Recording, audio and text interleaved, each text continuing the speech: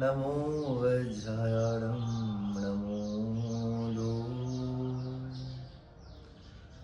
सर्वसाहुरं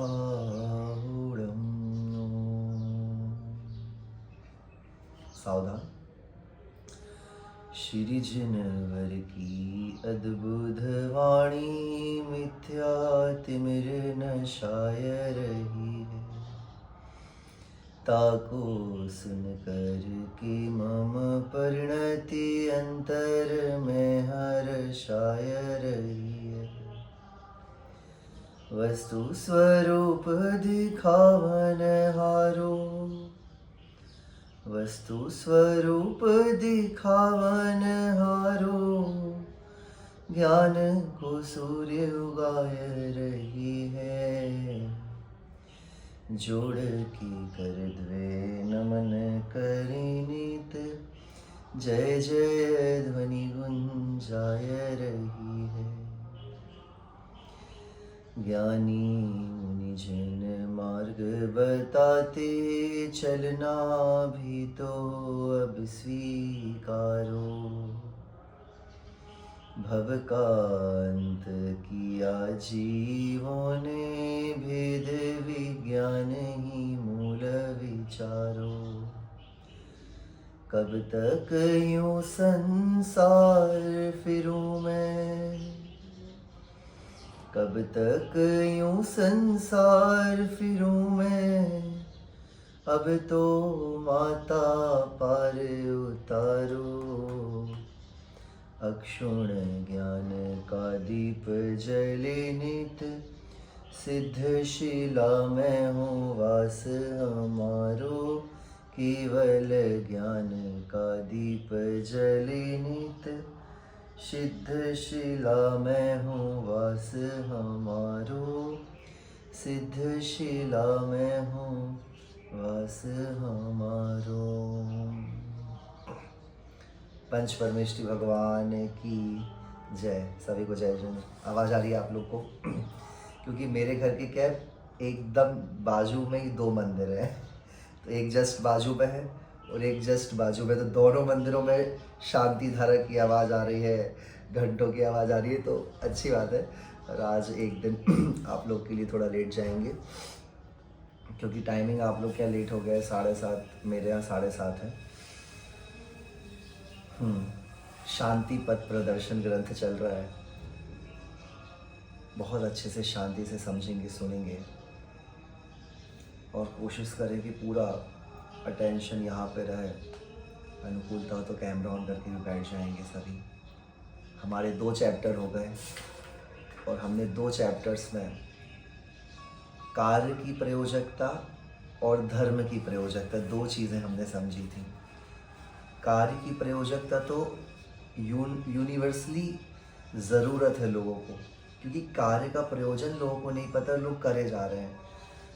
कभी कभी हमारे मुख से भी निकला होगा कि बचपन में तो हमको कुछ पता ही नहीं था कि क्या करना है, कर लिया, बन गए इंजीनियर की अश्वी है। पता नहीं था, गोल नहीं पता था कि क्या करना है ना। कभी कभी पूछा जाता है ना बच्चों से क्या करना है, वो तो हमें भी पता नहीं है। तो देखिए, कार्य की प्रयोजकता तो वहाँ पे भी ज़रूरी थी, और कार्य की प्रयोजकता को समझने के बाद कि नहीं, हमें कुछ करना है, हम इस जो जीवन में आए हैं, जो जीवन का हमको मिला है, उसमें हमको कुछ करना है। और उस जिज्ञासा से प्रमाद को छोड़ करके एक पॉइंट रिकॉल करेंगे। प्रमाद को छोड़ करके फिर क्या करा उसने, आगे बढ़ता है अध्ययन करने के लिए। तो अध्ययन में पहला विघ्न आता है प्रमाद। प्रमाद को छोड़ता है, आगे और बढ़ता है। वक्ता को ढूंढने के लिए निकलता है। वक्ता प्रामाणिक मिल जाता है, पर वक्ता में विवेचन में दोष हो जाते हैं, इसलिए मैं बात पूरी नहीं समझ पाया। वो भी दूर हो गया, वो भी परफेक्ट हो गया। तो मेरे भीतर जो कमी थी, मेरे अंदर धैर्यहीनता थी, मेरे अंदर आग्रह था, इसीलिए मैं नहीं समझ पा रहा था। और आगे आगे बढ़ते हैं तो महाविघ्न पक्षपात में श्रोता और वक्ता जो दोनों पड़े हुए हैं, वास्तव में सुन रहे हैं आप सभी लोग। अभी मंदिर जाता हूँ ना, तो मैं ऐसे करता हूँ, मैं सबसे आगे भगवान के आगे बैठ जाता हूँ।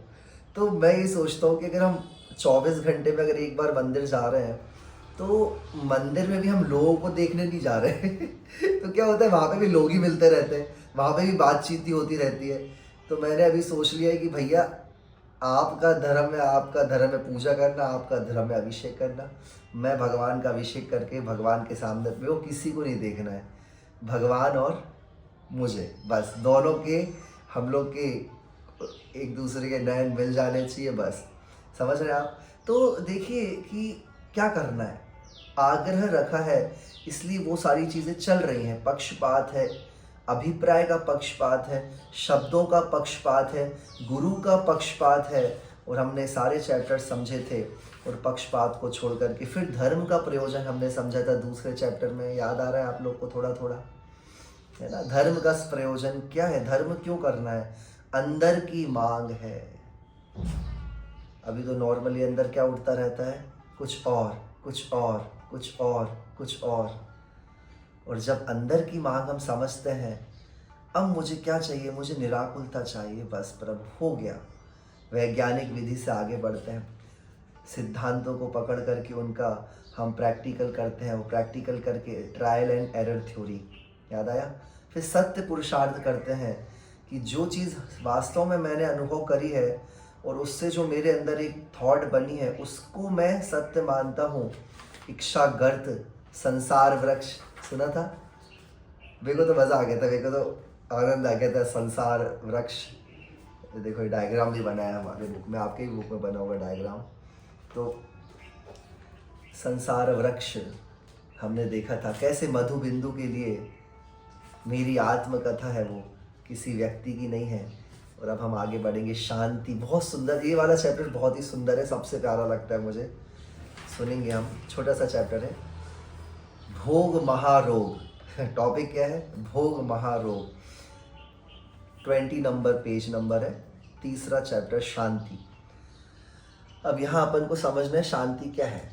शांति की पहचान की बात चलती है, धनोपार्जन या विषय भोगों में शांति नहीं है। यह बात हमने पिछले स्वाध्याय में समझ ली, परंतु संतोष न हुआ सुन करके हमें अभी तक। अभी भी अंतरंग में बैठा कोई अभिप्राय यह कह रहा है कि भले इच्छा का अंत ना आए, पर भोग आदि के क्षणों में तो उस मधु बिंदुवत कुछ सुख प्रतीत होता ही है।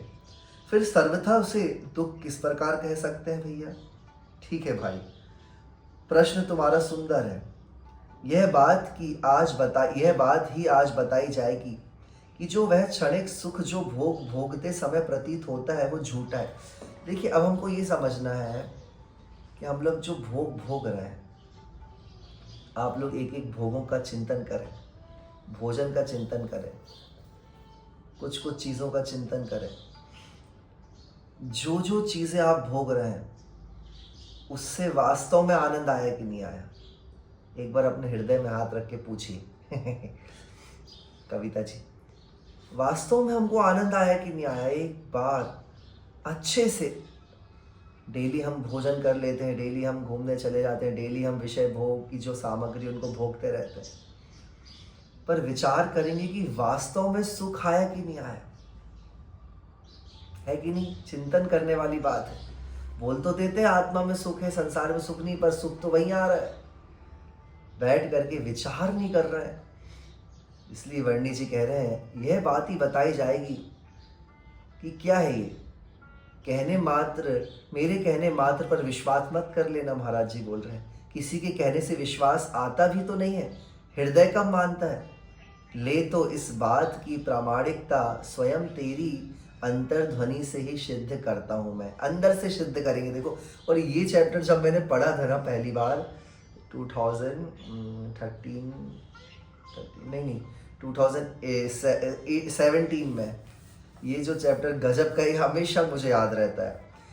एक बात तो आ चुकी कि ज्यों ज्यों भोगों की प्राप्ति होती है त्यों त्यों इच्छा तो बढ़ती जाती है। ज्यों ज्यों भोग संजोग मनोहर, मन वांछित जन पावे, तृष्णा नागिन त्यों त्यों डंके, लहर जहर की आवे। अपन ने पढ़ा था वैराग पाठ, याद है? मैं चक्री पद पाय निरंतर भोगे भोग घनेरे, तो भी तनिक भय नहीं पूरन भोग मनोरथ मेरे। विचार करेंगे कितना अच्छा लिखा है। एक बात तो आ चुकी है कि ज्यों ज्यों भोगों की प्राप्ति होती है त्यों तो इच्छा बढ़ती जाती है, हितकारी बात भी नहीं सुहाती, इसलिए भोगों की प्राप्ति में शांति नहीं है। दूसरी बात यह है कि भोगते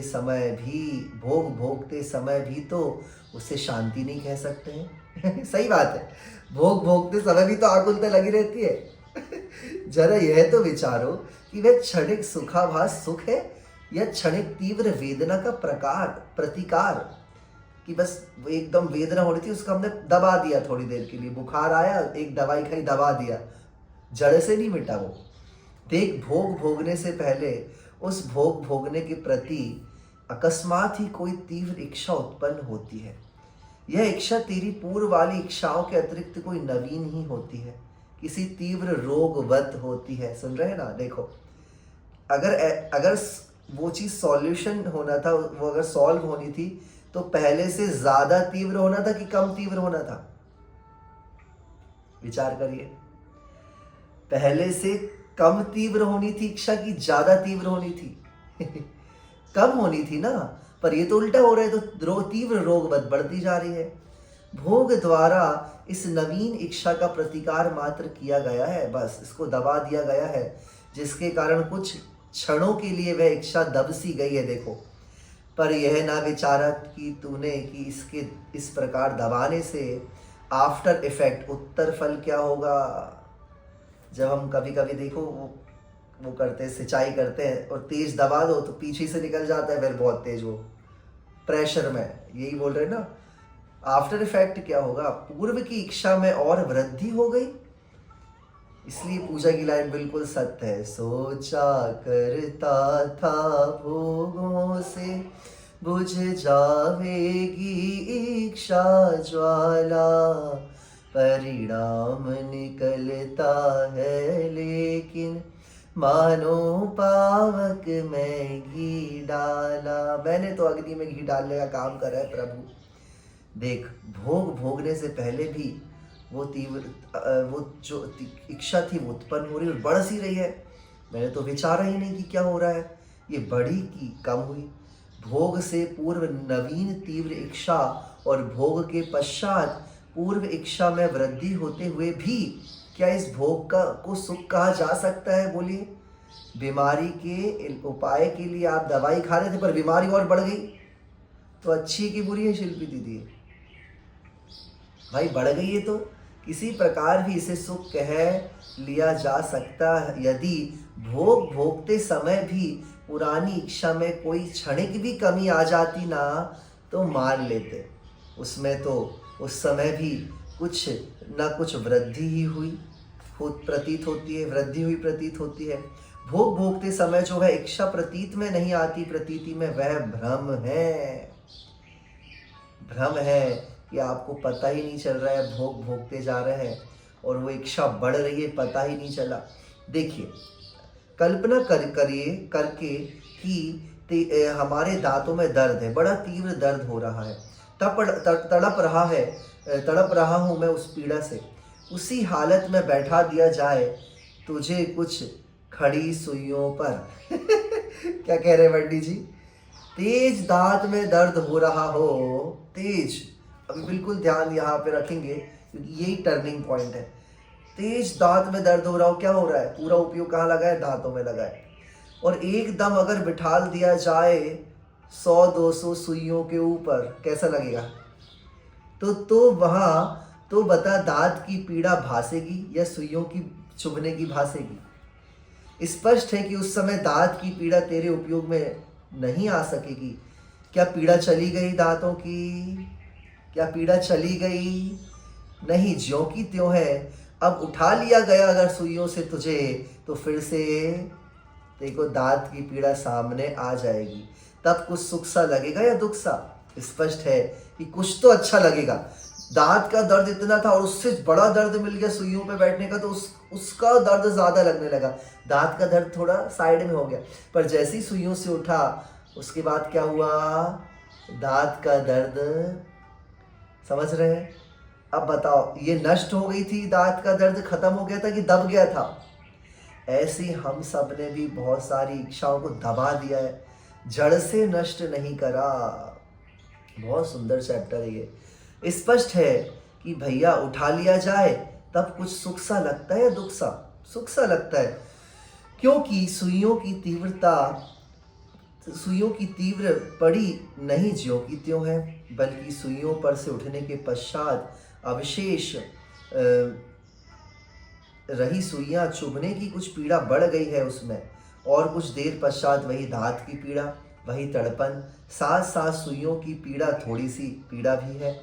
बस इसी प्रकार भोग भोगते हुए समझो, एक एक भोग पकड़ लो, सोना, खाना और भी इतने सारे जो हमारे भोग हैं, भोगों की तीव्र अभिलाषा कुछ देर के लिए पहले की इच्छा पर हावी होकर उसे उपयोग में आने से अवश्य रोक लेती है, पर उसका अभाव नहीं कर देती है। भोग भोगते समय उस नवीन तीव्र इच्छा का कुछ प्रतिकार हो जाने के कारण उपयोग में आई वह इच्छा दबी सी अवश्य प्रतीत होती है, पर पूर्व इच्छा में कोई भी कमी आई क्या? नहीं आई, बल्कि इस नवीन इच्छा के प्रतिकार में उत्तर फल ये मिला हमें कि उसकी वृद्धि अवश्य हो गई। जैसे मियादी बुखार को औषधि के द्वारा दबा देने पर दूसरे साइड इफेक्ट हो जाते हैं, दिल में कमजोरी आ जाती है, दूसरे साइड इफेक्ट, आप लोग दवाइयाँ खाते हैं ना एलोपैथी, तो वो इंस्टेंट तो ठीक कर देती है आपके रोग को, पर बाद में वो बढ़ता जाती है और दूसरे साइड इफेक्ट्स होते हैं। इस प्रकार से है, कहते नवीन रोग उत्पन्न हो जाने पर भी रोगी अपने आप को अच्छा हुआ मान लेता है यह उसका भ्रम नहीं तो और क्या है। समझ गया आप?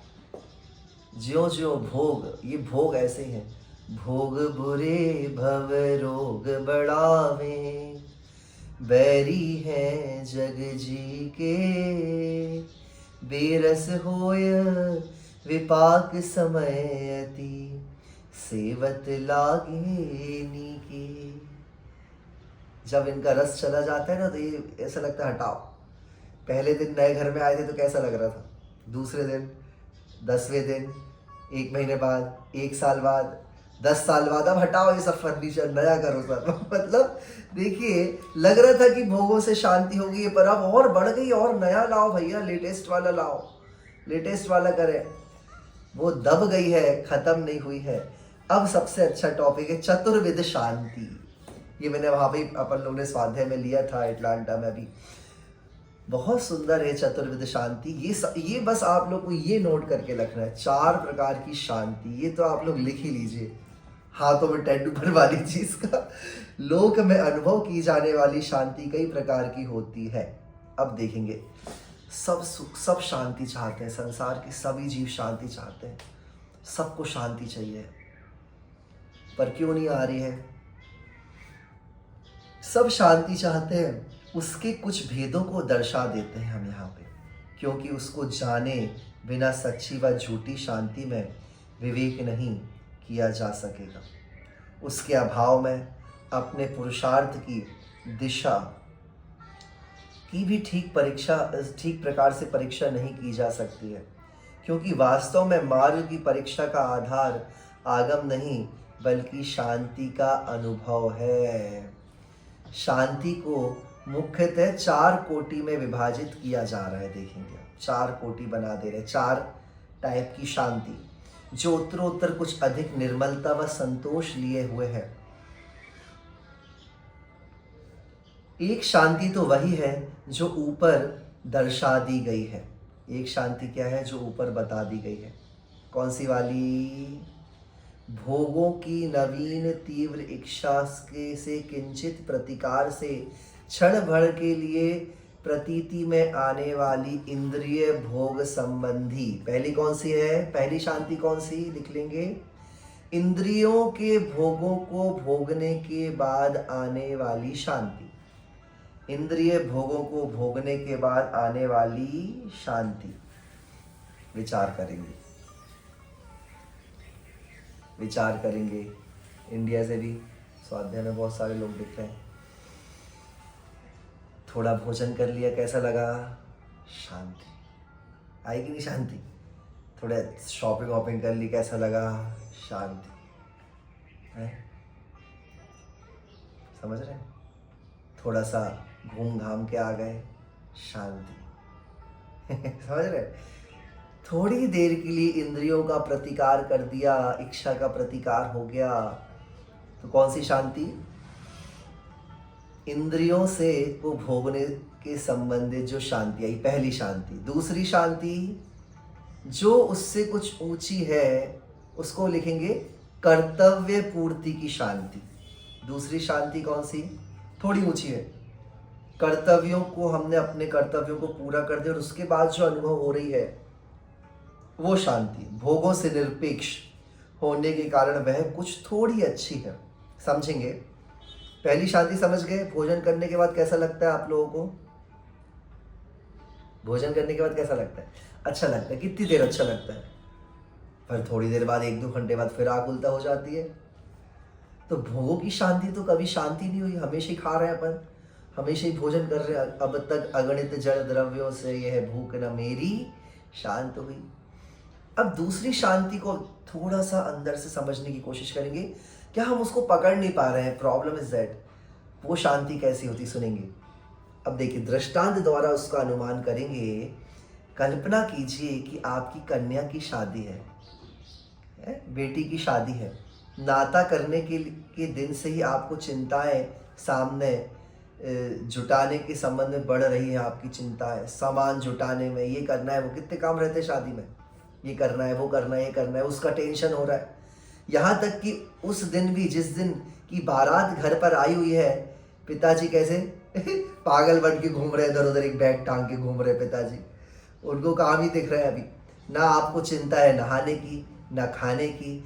आपको यह भी याद नहीं है कि आज आपने कमीज मतलब कुर्ता क्या पहना है, शरीर में क्या पहना है, बदन में। बौखलाए हुए से सबकी कुछ कुछ बातें सुनने पर भी कुछ को कुछ उत्तर नहीं दे रहे हैं। मैं कुछ नहीं जानता भाई, तुम कर लो जो चाहो, ऐसा बोलते कि नहीं पिताजी? बस होता था एक वाक्य जो अभी अभी निकल जाता था मुख से, बस बारात विदा हुई। अब सुनिए जल्दी। बारात विदा हो गई, आँख डोला, आंखों से ओझल हो गया, मतलब चली गई, विदा हो गई बेटी। घर को लौटे और बैठ गए चबूतरे पर। 2 मिनट में के लिए कुछ संतोष की ठंडी सांस ली। आहा, अब थोड़ा बोझ हल्का हुआ, मानो किसी ने मनों की गठरी सर से उतार ली हो। भले ही, सुन रहे हैं, ये कौन सी शांति आई? कर्तव्य को पूरा करने के बाद आने वाली शांति। बेटी की शादी कर दी हमने, कर्तव्य पूरा कर दिया। बच्चों को उनके पैरों पे खड़ा कर दिया हमने, कर्तव्य पूरा कर दिया। सुन रहे हैं आप सभी लोग? अब ये बताइए, ये भोजन करने में आने वाली शांति से अच्छी है कि नहीं शांति है? हाँ, कंपेयर करिए। ये शांति बहुत अच्छी है, अपना कर्तव्य कर दिया हमने, अपने माता पिता के लिए कुछ अच्छा कर दिया। हाँ सुन भैया, शांति। तो भोजन करने से जो शांति आ रही थी उससे थोड़ी अच्छी शांति हो गई है ना।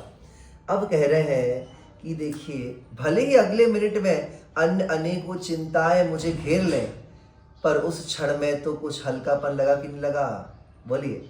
चाहे उसके बाद बेटी की टेंशन होने लगे बेटी की शादी करी और 5 मिनट में कर्तव्य की जो शांति, उसके बाद अरे भैया ये बेटा और इसकी भी करनी है, इसकी भी करनी है, अभी तो दूसरी कर्तव्य और आ जाए।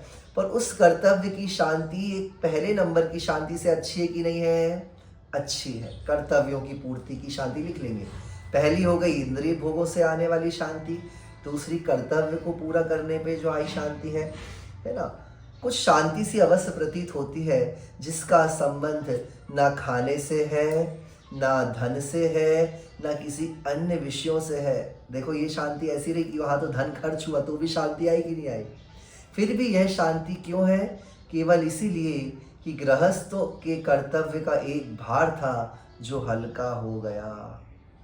ठीक है, समझ गए? अब चले तीसरी शांति की ओर। अब तीसरी शांति का दृष्टांत सुनिए। ध्यान से सुनेंगे, अभी मैं बताऊंगा नहीं कौन सी है। कल्पना कीजिए कि आप बस में जा रहे हैं। बस रुकी, कुछ व्यक्ति चढ़ गए, कुछ रह गए। चलते चलते एक व्यक्ति चलती गाड़ी में चढ़ने लगा था। डंडा हाथ में ना आ पाया। ऐसा रहता था ना पहले, बस में डंडा पकड़ लो चढ़ जाओ। वो डंडा एकदम हाथ में ना आ पाया और वो गिर गया। उसका सिर फूट गया, सारा सिर छिल गया है, लहूलुहान हो गया है। और बस रुकी, सारे यात्री उतर गए। घायल व्यक्ति को घेर कर खड़े हो गए हैं। कोई कंडक्टर को धमकाने लगा, कोई ड्राइवर को गालियां देने लगा, परंतु आपका ध्यान केवल उस व्यक्ति की ओर गया। करुणा के मारे आप अपना सब काम भूल गए और एक टैक्सी रोकी, उसे उसमें डाल करके अस्पताल ले गए। डॉक्टर से कहा कि जो खर्चा लगेगा मैं दूंगा, इसे अच्छा कर दीजिए।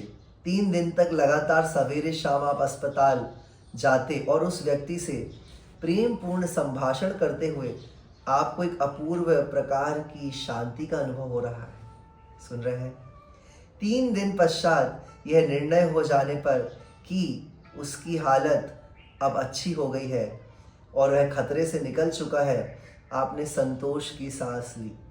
इस प्रकार प्राणियों की निस्वार्थ सेवा से उत्पन्न होने वाली यह तीसरी शांति दूसरी की अपेक्षा बहुत स्वच्छ है। यह उसकी अपेक्षा अधिक स्थायी भी है। यहाँ भी निस्वार्थता है, भोग विलासता का अभाव है। बताओ कौन से भोग की इच्छा यहाँ पे आपने जो हेल्प करी, बोलिए। और कोई धन की इच्छा है? नहीं। निस्वार्थ सेवा से आने वाली शांति, लिख लीजिए। तीसरी शांति कौन सी? निस्वार्थ सेवा से आने वाली शांति। दूसरी की भांति कर्तव्य परायणता भी है, पर यहाँ आपका कर्तव्य 5 व्यक्तियों के कुटुंब में सीमित न रह करके सारे विश्व में व्याप्त हो गया। आपकी यह व्यापक दृष्टि ही इस शांति की उज्ज्वलता का कारण है। कौन सी शांति? निरपेक्ष निस्वार्थ भावों से सेवा करने के बाद आने वाली शांति। मुझे इसलिए अच्छा लगता है, मैं निस्वार्थ स्वाध्याय करवाता हूँ, तो निस्वार्थ सेवा में जो वास्तव में आनंद आता है, कोई अपेक्षा नहीं है हाँ, बस अपन ने तो दे दिया, तो इसमें जो वास्तव में शांति आती, फील होती कि इंद्रियों से भी बड़ी है, ये कर्तव्य से भी बड़ी है, ये निस्वार्थ सेवा की शांति है। अपेक्षा मत रखो, इसलिए कहते हैं आप लोग जब कुछ भी किसी के लिए करो तो अपेक्षा मत रखो। उससे जो शांति आपको अंदर में आएगी ना, कर दिया तो कर दिया भैया, अब हो गया। दान देने के बाद नाम की अपेक्षा मत करो, समझ रहे हैं? बच्चों के लिए करने के बाद उनसे कोई अपेक्षा मत रहो कि वो करेंगे। अमेरिका में तो थोड़ा मुश्किल है कि सोचो अपन की करेंगे, पर देखो विचार करो कि वास्तव में क्या हम जो अपेक्षा रख करके कर रहे हैं उसमें उस समय भी आकुलता थी, बाद में भी आकुलता है। निरपेक्ष शांति है कि नहीं? तीसरे नंबर की शांति। और अब चौथे नंबर की शांति तो सुनिए, वास्तव में उसका दृष्टांत ही संभव नहीं है, क्योंकि दृष्टांत उसी वस्तु का दिया जा सकता है, जी सुन रहे हैं, जो कि जानी देखी हो, परंतु इस जाति की शांति का दर्शन आपको अब तक नहीं हुआ है। इसके लिए हम मात्र संकेत ही दे सकते हैं। यह अकथनीय है, यह अनुभवनीय है, अनुभव करने वाली बात है। इतना मात्र इसके संबंध में अवश्य अनुमान कराया जा सकता है कि तीसरी कोटि से भी अनंत गुणी है इसकी निर्मलता। सुन रहे हैं? और इसका कारण भी है उसकी अपेक्षा अनंत गुणमयी साम्यता, निरभिलाषता, दृष्टि की व्यापकता। यदि व्याख्या करते समय इस शांति का वर्णन निषेध से के आश्रय पर किया जाना संभव है, जैसे कि जहाँ चिंताएं नहीं है, जहाँ अभिलाषाएं नहीं है, जहाँ विकल्प नहीं है, सबका अभाव हो गया है, परंतु इसके साथ में रहने वाले साम्यता व व्यापकता के विशेषण इसमें कुछ विचित्रता बता रहे हैं। यह शांति वास्तव में कैसी है? सुषुप्तिवत केवल अभावात्मक नहीं है, कुछ सद्भावात्मक है। निस्वप्न दशा में निर्विकल्पता होती है अवश्य, पर उसका कारण तो है वह अंधकार जिसमें अंतःकरण शून्य हो जाता है, ना अच्छा ना बुरा, ना पुण्य ना पाप। सुन रहे हैं, सब एक समान हो जाता है। ऐसी जो शांति है, कुछ दिखाई नहीं देता है, पदार्थों का ही नहीं बल्कि ज्ञान के भास का, चित्त प्रकाश का भी अभाव हो जाता है। परंतु जिस शांति की तरफ मेरा संकेत है, वर्णी जी कह रहे हैं, वो शांति कैसी है? वो एक प्रकाश रूप है। ऐसा प्रकाश है जिसमें अखिल विश्व युगपत अपने कार्य में व्यस्त दिखाई देता है। सुन रहे हैं ना, सब दिख रहा है, सब चल रहा है, ज्ञाता दृष्टा, जिसमें यह विश्व एक महान नाट्यशाला के रूप में, एक थिएटर के रूप में दिखाई दे रहा है। अच्छा देखो, टीवी में तो देख लेते हैं अपन मूवी, क्या आप एक बार संसार को भी ऐसा समझो ना, मूवी चल रही है, इतना आनंद आएगा, सब मूवी चल रही, हम उसके पार्ट नहीं है, हम ओनली व्यूअर है, हम देखने वाले, ऐसा विचार करेंगे ना तो ये शांति आएगी। उसको बोलते हैं अकर्तृत्व भाव की शांति, अकर्ता भाव की शांति, जिसे मैं दर्शक बनकर केवल देखता मात्र हूँ, पर उसमें क्या और क्यों करने को मेरे लिए कोई छुट्टी नहीं है। मैं नहीं जानना चाहता कि क्यों हो रहा है, क्या हो रहा है, जिसको मैं देखता हूँ पर बता सकता नहीं हूँ। क्या बात है, क्या बात है। बहुत ही अच्छा चैप्टर था कि नहीं था, बताइए आप। अलौकिक चैप्टर है ये। उसमें मैं बता भी नहीं सकता, बस मैं देख रहा हूँ, मैं जान रहा हूँ, अर्थात देखता हुआ भी कुछ नहीं देखता, ना देखता हुआ भी सब कुछ देख रहा हूँ। कितना अच्छा, देखिए, जहाँ एक विशाल तरंगित सागर मेरे सामने है, परंतु इसमें कितनी तरंगे हैं, कहाँ कहाँ है, वह जानने का भी मुझे विकल्प नहीं है। ऐसा लग रहा है बस ध्यान में बैठ जाओ। तो चौथी शांति चाहिए हो तो ध्यान में बैठ जाना ही उत्तम है, जहाँ मैं या मेरे ज्ञान में ही विश्व का रूप धारण कर लिया है।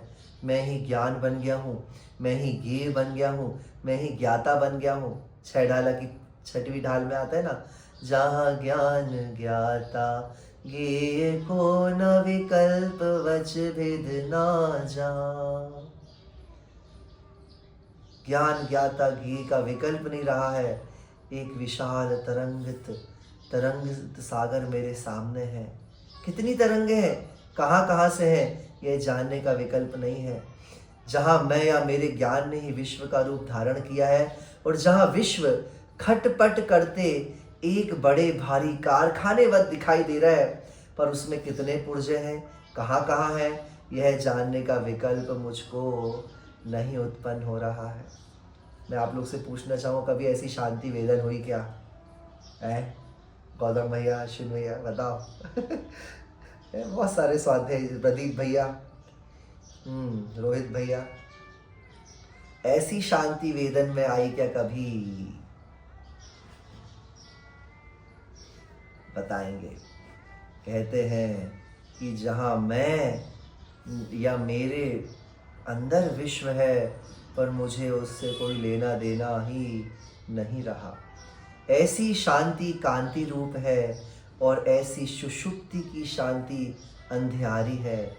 इस प्रकार की शांति का अनुभव हमने आज तक नहीं करा है।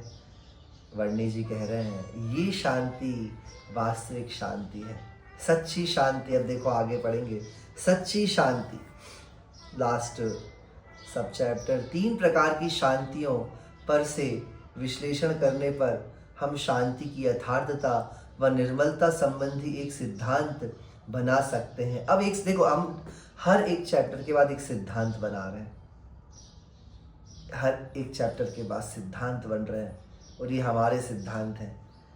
अब विचार करना एक बार, अभी अपन ध्यान में विचार करेंगे, और आप खुद कंपैरिजन करना कि चारों शांतियों में कौन सी शांति ज़्यादा अच्छी है। 3 प्रकार की शांतियों पर से विश्लेषण कर लेने पर हम शांति की यथार्थता व निर्मलता संबंधी एक सिद्धांत बना सकते हैं। शांति वहाँ है जहाँ अभिलाषा नहीं है। सुन रहे हैं? जहाँ अभिलाषा है वहाँ शांति नहीं है। शांति वहाँ है जहाँ सर्व के प्रति साम्यता है। शांति वहाँ है जहाँ दृष्टि में व्यापकता है, और शांति वहाँ है जहाँ लौकिक स्वार्थ नहीं है। क्या बात है, कोई स्वार्थ नहीं है। इसके अतिरिक्त एक पांचवी बात और भी है जो इन तीनों में तो नहीं है पर चौथी शांति में पाई जाती है। वही चिन्ह वास्तव में उसमें और इस तीसरी में भेद दर्शा देता है तीनों में, और वह है सर्वलोकाभिलाषा का सर्वथा प्रशमन। एकमात्र उसी शांति के प्रति बहुमान है और कोई भी संसार की इच्छा नहीं है। इंद्राधिक पद नहीं चाहूं, विषयन में नाही लुभाऊं, रागादिक दोष हरिजे, परमात्म निज पद दीजिए। प्रभु मुझे अब और कुछ इच्छा नहीं है, बस। कितना अच्छा, सुनिए क्या है ये वाली शांति, जहाँ अंदर में उठने वाली कुछ और की ध्वनि सिमट जाती है और क्या बन जाता है, क्या रूप ले लेती है वो शांति चौथी। बस यही चाहिए था, बस यही सुन रहे हैं। कुछ और की जगह क्या आ जाए, बस यही, बस यही चाहिए मुझे, कुछ और नहीं। तीन लोक की संपत्ति भी धूल है इसके सामने। ऐसा भाव जहाँ उत्पन्न हो जाता है वहाँ से चौथी शांति का पुरुषार्थ शुरू हो जाता है। अब बताइए आप लोगों को कौन कौन सी शांति की इच्छा है? तीसरी शांति में इस चिन्ह का ना पाया जाना इस बात का द्योतक है। इसमें कहीं छिपी पड़ी है कोई अभिलाषा। देखो तीसरी शांति भी जो हम निस्वार्थ सेवा कर रहे हैं उसमें थोड़ी तो इच्छा है, नहीं? अब अगर बाय चांस मैं निस्वार्थ सेवा दे रहा हूँ तो थोड़ी तो मुझे भी इच्छा है कि भैया थोड़ा सम्मान मिले। देखो कोई ना कोई इच्छा तो हो ही जाती है व्यक्ति के। तो तीसरी शांति में भी क्या है, अंदर में थोड़ी बहुत कोई ना कोई इच्छा है, थोड़े दाग लगे हुए हैं। पर चौथी शांति में निरभिलाषा, कोई अभिलाषा नहीं है। प्रभु मैं सर्वस्व समर्पण करता हूँ आपको, बस जिस उपाय से यह चौथी शांति प्रकट हो जाए उसे ही धर्म समझना है। बस मेरे को तो लगता है शास्त्र खत्म हो चुका है अभी। इतना सुंदर चैप्टर है ये तो इन्होंने शुरू में दे दिया है। क्योंकि वही मेरा अभिप्रेत और लक्ष्य है, वही मेरी अंतर्ध्वनि की मांग है। बस प्रभु मैं भीतर के शांत स्वभाव में जाना चाहता हूँ। उसकी परीक्षा कैसे होगी बताइए, कैसे होगी प्रियंका जी? बस यही, किससे होगी? बस तीन लोक में नहीं मिली वो शांति, बस यही। चौथी शांति को पकड़ने के लिए लिख लीजिए, बस यही। ये लक्षण अगर आ जाता है, बस यही के बिना मांग की पूर्ति नहीं की जा सकती है। इसी कारण तीसरी शांति भी इस मांग को पूरा करने में असमर्थ है। क्या बात है, आनंद आ गया है ना? तो बस ये ही शांति का स्वभाव है। और बस इतने ही से ही मैंने तो ये पढ़ा, उसके बाद तो मुझे मज़ा आ गया कि 8-10 साल से मज़े आ रहे हैं कि शांति जो है वो भीतर में है और बस ठहरने में है। क्योंकि कभी भी याद रखना, इच्छाएं समाप्त नहीं होंगी, इच्छाओं को समाप्त करने का पुरुषार्थ करना पड़ेगा। में से कई बच्चे बोलते हैं भैया समय मिलेगा, कभी आज तक मैंने उनको पहले दिन भी बोला था कि समय मिलेगा नहीं, समय निकालना पड़ेगा। समय थोड़ी ना आपका इंतजार करेगा, समय निकालना पड़ेगा और समझना पड़ेगा बैठ करके। बहुत सुंदर चैप्टर था। थोड़ा सा हम आगे का भी एक चैप्टर थोड़ा सा लेंगे और आगे का चैप्टर भी बहुत ही सुंदर है, पर हम दो टॉपिक्स पढ़ लेते हैं। अब है धर्म का स्वरूप। देखिए, कार्य का प्रयोजन, धर्म का प्रयोजन, शांति का स्वरूप समझ में आ गया है। अब धर्म का स्वरूप हम समझते हैं। सच्चा धर्म, अहो शांति मूर्ति वीतरागी जनों की निस्वार्थता, कितने बड़े उद्यम से बड़े कष्ट सहकर अपने जीवन की प्रयोगशाला में अनुभव प्राप्त करके महान वस्तु शांति आज बांट रहे हैं। मतलब आपको सच बताऊं, मैं वक्ता तो अच्छा बन जाता, पर जो मेरे को भीतर में भी जो शांति है ना, वो निस्वार्थ सेवा से। तो मतलब कभी भी मुझे ऐसा नहीं रहा कि धर्म ध्यान करवाने में मुझे कोई अपेक्षा नहीं रही, बस देते जाओ। तो बस हमको देते जाना है और उसके फल में हमको कोई भोग सामग्री की इच्छा नहीं है, बस ये निरपेक्ष शांति की इच्छा है। समझ रहे हैं? निरपेक्ष शांति आती जा रही है बस। और ऊपर की शांति के लिए हम उत्तरोत्तर पुरुषार्थ करेंगे। कहते हैं कि इतने बड़े उद्यम से भी बड़े बड़े कष्ट सह करके अपने जीवन की प्रयोगशाला में अनुभव प्राप्त करके महान वस्तु क्या है? शांति आज तक बांट रहे हैं निशुल्क मुफ्त में। कौन? वीतरागी गुरुदेव। जो चाहे वह लें, मनुष्यों को ही दें, यह बात नहीं त्रियंचों को भी। राजा हो कि रंग, सत्ताधारी को हो कि फकीर, स्त्री हो कि पुरुष, बालक हो कि वृद्ध, पतित समझे जाने वाले भी व्यक्ति हो जिनको कि आज हम शूद्र कह रहे हैं, या कोई तिलकधारी ब्राह्मण, सब उनकी दृष्टि में एक है। किनकी दृष्टि में? वो गुरुदेव की, वीतरागी की दृष्टि में। सबको अधिकार है उसे लेने का। उदारता, महान उदारता।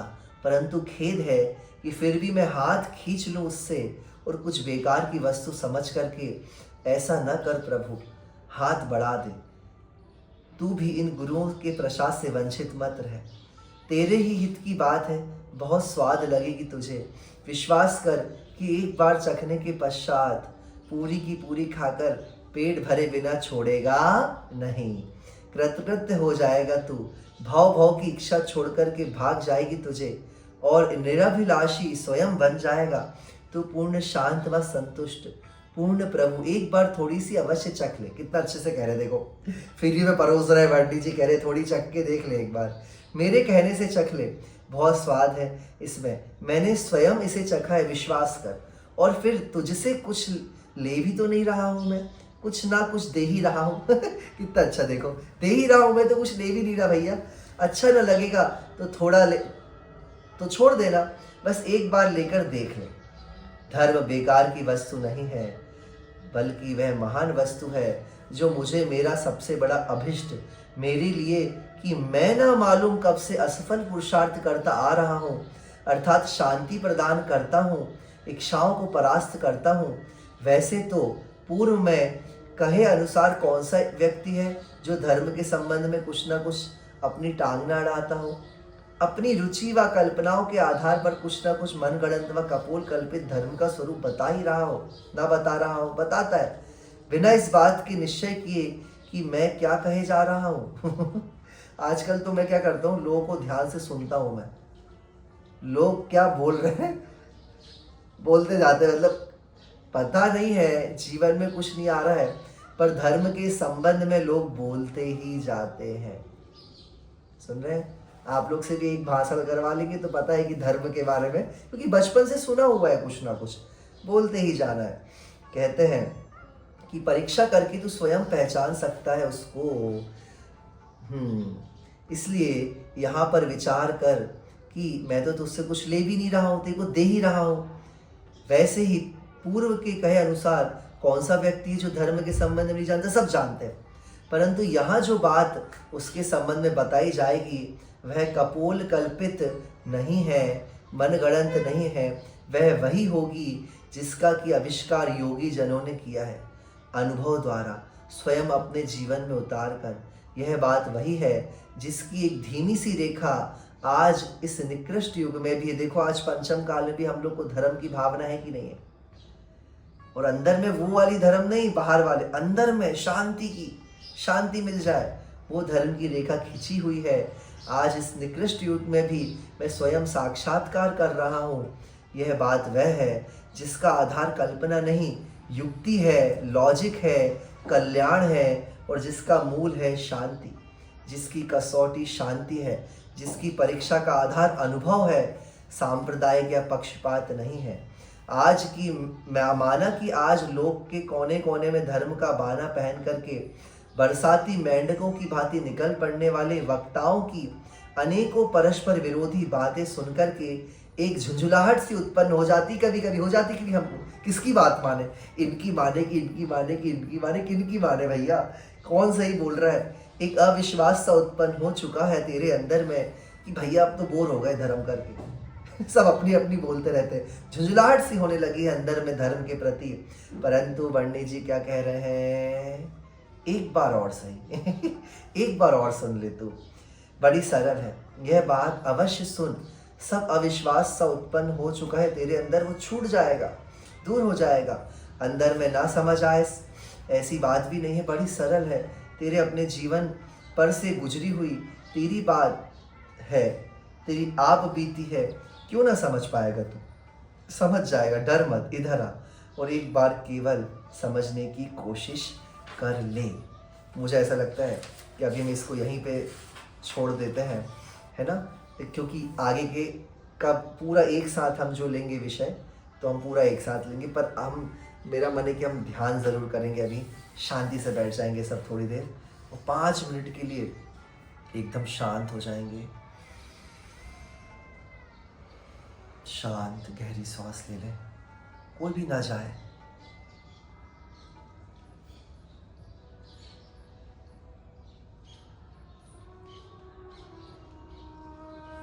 शांति।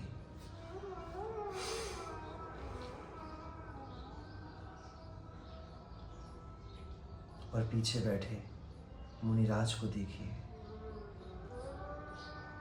मेरे पीछे जो परम शांत दशा में मुनिराज विराजमान है, उनको देखिए। शांत, परम शांत। और वास्तव में प्रभु, आज मैंने क्या सुन लिया, क्या सुन लिया जिससे मेरी भीतर की परिणति शांत हो गई। मेरे भीतर पता नहीं क्यों एक निराकुलता सी आ गई, एक थकान मिट गई। मैंने कभी सुना नहीं था ये धर्म का स्वरूप, ये शांति का स्वरूप।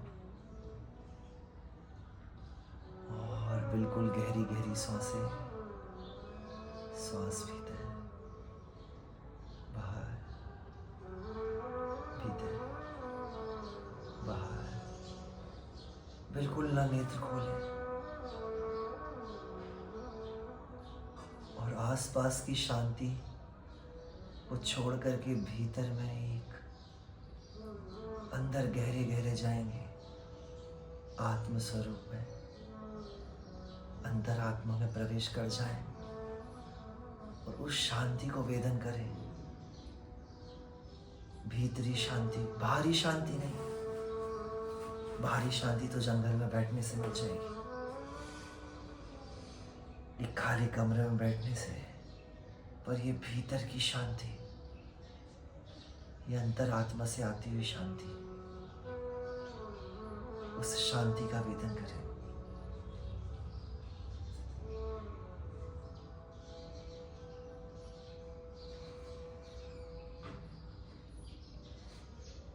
और विचार करें कि प्रभु, मैंने आज तक धर्म बहुत करा, धर्म के बारे में बहुत पढ़ा, सुना, जाना, पर मैंने कभी सच्ची शांति का स्वरूप नहीं जाना। तो कैसे आती शांति? मैं विषय भोगों को भोगने में ही शांति मानता रहा। अभी तक मेरी दृष्टि उन विषय भोगों में ही है। बस थोड़ा भोजन कर लिया, थोड़ा धन इकट्ठा हो गया, थोड़ा इधर उधर घूम लिया, शरीर की सेवा कर दी, दूसरे के शरीर की सेवा कर दी, दूसरों के लिए इंद्रिय सुखों की को इकट्ठा कर लिया, विषय भोगों को इकट्ठा कर दिया, उसी में मैं शांति मानता रहा। पर प्रभु, मुझे आज समझ में आ रहा है, मुझे आज समझ में आ रहा है कि वास्तव में शांति वहाँ नहीं थी। और फिर ऊपर बढ़ करके मैं देखता हूँ, उससे कुछ अच्छी शांति मुझे कर्तव्य को पूरा करके आ गई। जो मेरे कर्तव्य थे, जो मेरी रिस्पॉन्सिबिलिटीज़ थी, माता पिता के प्रति, समाज के प्रति, कुटुंब के प्रति, बच्चों के प्रति, वो पूरी करने के बाद जो मुझे शांति आई, वो थोड़ी अच्छी थी, पर वो भी थोड़ी देर के लिए थी। फिर और मैं ऊपर उठ करके देखता हूँ, तो जो मैंने निस्वार्थ सेवा कर दी बिना अपेक्षा के, किसी को पढ़ाना था तो मैंने पढ़ा दिया, कहीं मैंने दान दे दिया, किसी की हेल्प कर दी, गिरे हुए को उठा दिया, पर उसके प्रतिफल में मुझे कोई भी इच्छा नहीं थी, मुझे कोई भी इस धन की इच्छा नहीं थी, मुझे कोई ख्याति की इच्छा नहीं थी। निस्वार्थ सेवा से आने वाली शांति, जो शांति बहुत सुख देती है, बहुत शांति देती है, बहुत आनंद देती है, वो शांति भी मैंने देख ली प्रभु। और आगे बढ़ करके मैंने उस शांति की ओर नहीं देखा जिस शांति की ओर प्रभु आप इशारे कर रहे थे। नाथ आपकी मूर्ति लग जब मूर्तिमान को लगता हूँ, ऐसा लगता समव शरण में प्रभु समीप ही रहता हूँ। प्रभु मैंने आपके भीतर की शांति को नहीं लगा, जो शांति निरपेक्ष है, जहाँ संपूर्ण विश्व मेरे भीतर मेरे ज्ञान में झलक रहा है, तो भी मुझे कोई अपेक्षा नहीं है, तो भी मुझे कोई इच्छा नहीं है, तो भी मुझे कोई उसको भोगने की इच्छा नहीं है, किसी से कुछ कार्य कराने की इच्छा नहीं है, कोई इच्छा नहीं है प्रभु, कर्ता बनने की इच्छा नहीं है। बस मैं एक मूवी के जैसे संसार को परिवर्तित होता देख रहा हूँ। बस यही शांति है जो वीतरागी भगवानों ने प्राप्त कर ली, निस्वार्थ सेवा को भी छोड़ दिया और परमार्थ स्वरूप तल्लीन हो गए, उस स्वरूप की प्राप्ति कर ली, वो स्वरूप जहाँ से पुनः आना नहीं होगा, उस स्वरूप में ठहर जाना होगा। ज्ञाता ज्ञान ज्ञेय सब एक हो गया है, ना अच्छा है ना बुरा है, ना सुख है ना दुख है, कहाँ है कौन हो सब भूल करके मात्र एक फुल अवेयरनेस, जागृति, परम जागृति, जागृत अवस्था, ज्ञाता दृष्टा, सहज आनंद की अनुभूति। और यही मोक्ष मार्ग है। स्वयं में डूब गए, शांत स्वरूप में, यही करना था और उसकी ओर दृष्टिपात हो गया है। बस प्रभु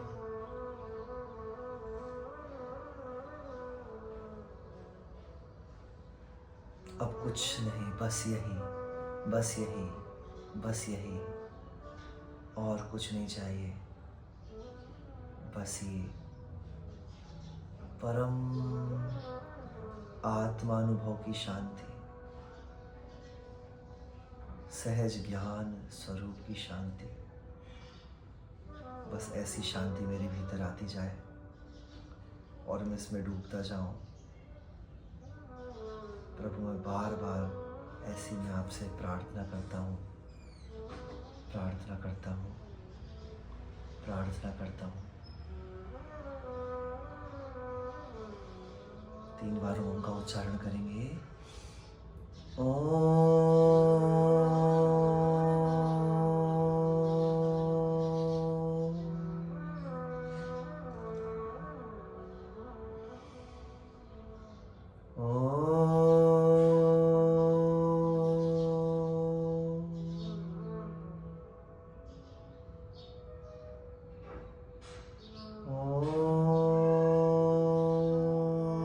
शांति शांति शांति।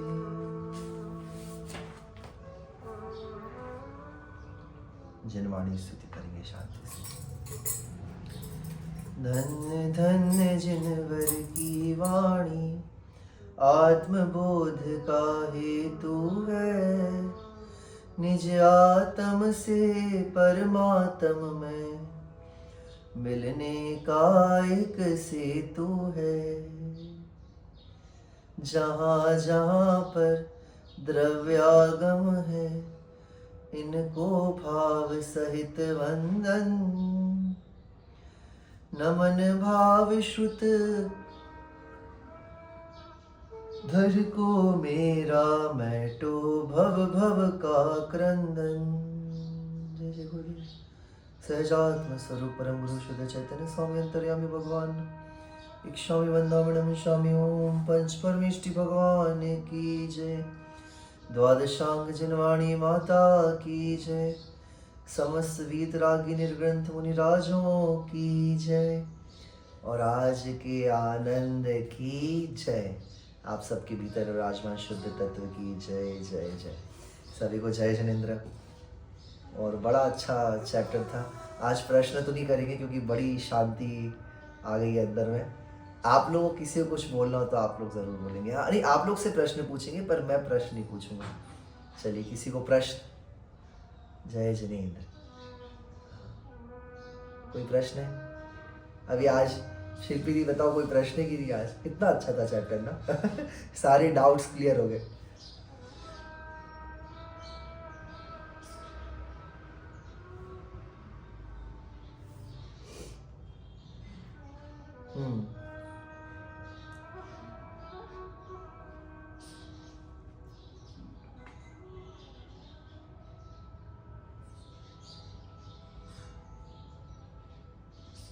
थोड़ी बहुत मैंने बताया ना, अपना एग्जाम्पल दे दिया मैंने कि थोड़ी बहुत कहीं ना कहीं इच्छा हो ही जाती है। हाँ बिल्कुल, आ गया आंसर। बहुत अच्छा, बहुत अच्छा।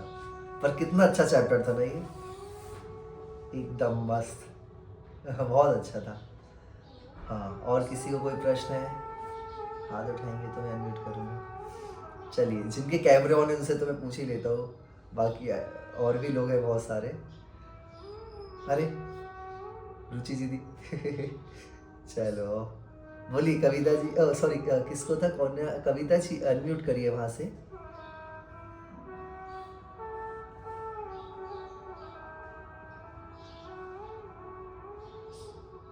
सर्वस्व समर्पण, एक्चुअली हमारे यहाँ जो जैन दर्शन में सर्वस्व समर्पण शब्द नहीं आता है, वहां आता है पूर्ण रूप का वेदन, पूर्ण रूप का अनुभव।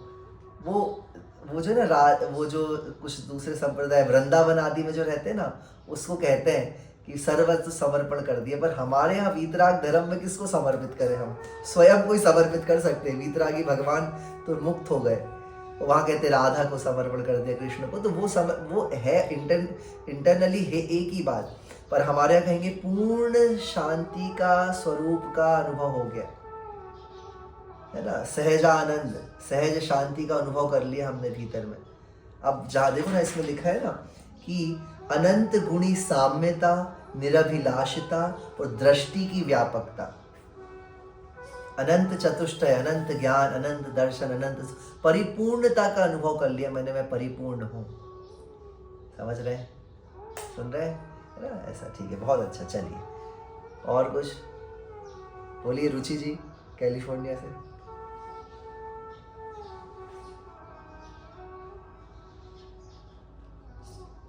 है ना, आज का तो चैप्टर बहुत अच्छा था।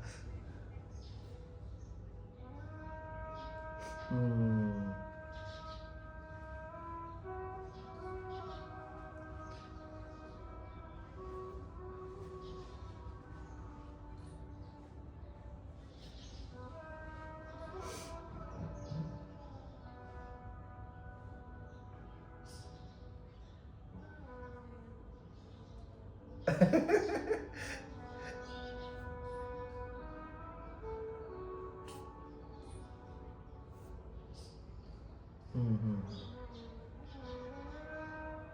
सही बात है, बहुत अच्छा।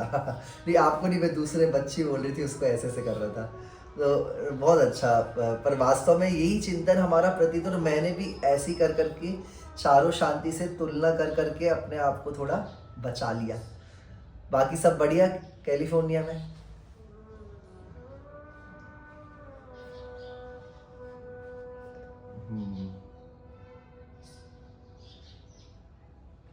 मेरा भी शिखर जी जाने का है।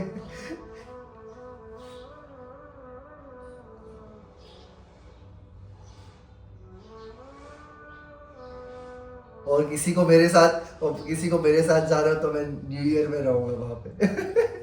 न्यू ईयर में मेरे कॉलेज की छुट्टी रहती ना, तो मैं 31 फर्स्ट 2-3 दिन वहाँ रहूँगा। चलिए बहुत अच्छा। सोनल भैया को मैं ऐसे कर रहा था, वो जय जन कुछ बोल रहे थे। हाँ चलो, जय जनेन्द्र। चलिए, डेनवर में तो ठंडी और टॉप में ही होगी अभी, कैलिफोर्निया से ज़्यादा होगी वहाँ तो, है ना। अरे -6 चला गया। चलिए बहुत अच्छा है, बहुत अच्छा। जय जनेन्द्र बेटी, जय जन करो, जय जनेन्द्र। चलिए बहुत अच्छा। और किसी को इंडिया से, रूपल भाभी।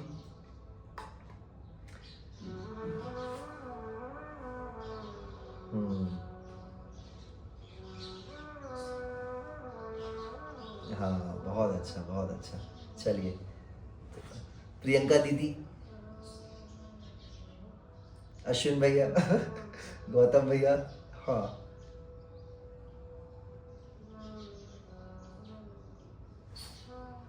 मैं उदयपुर में हूँ अभी तो।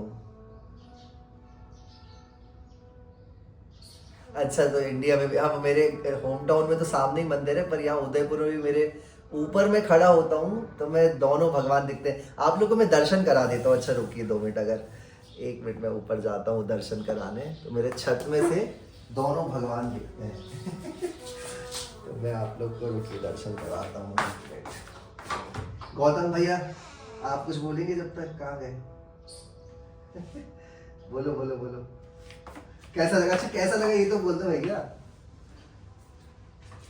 है ना? कितनी अच्छा है ये चैप्टर ही, बहुत अच्छे है। शांति का दर्शन, अश्विन भैया तो दिख रही हो, उसके चेहरे ही दिख रहा है मुझे।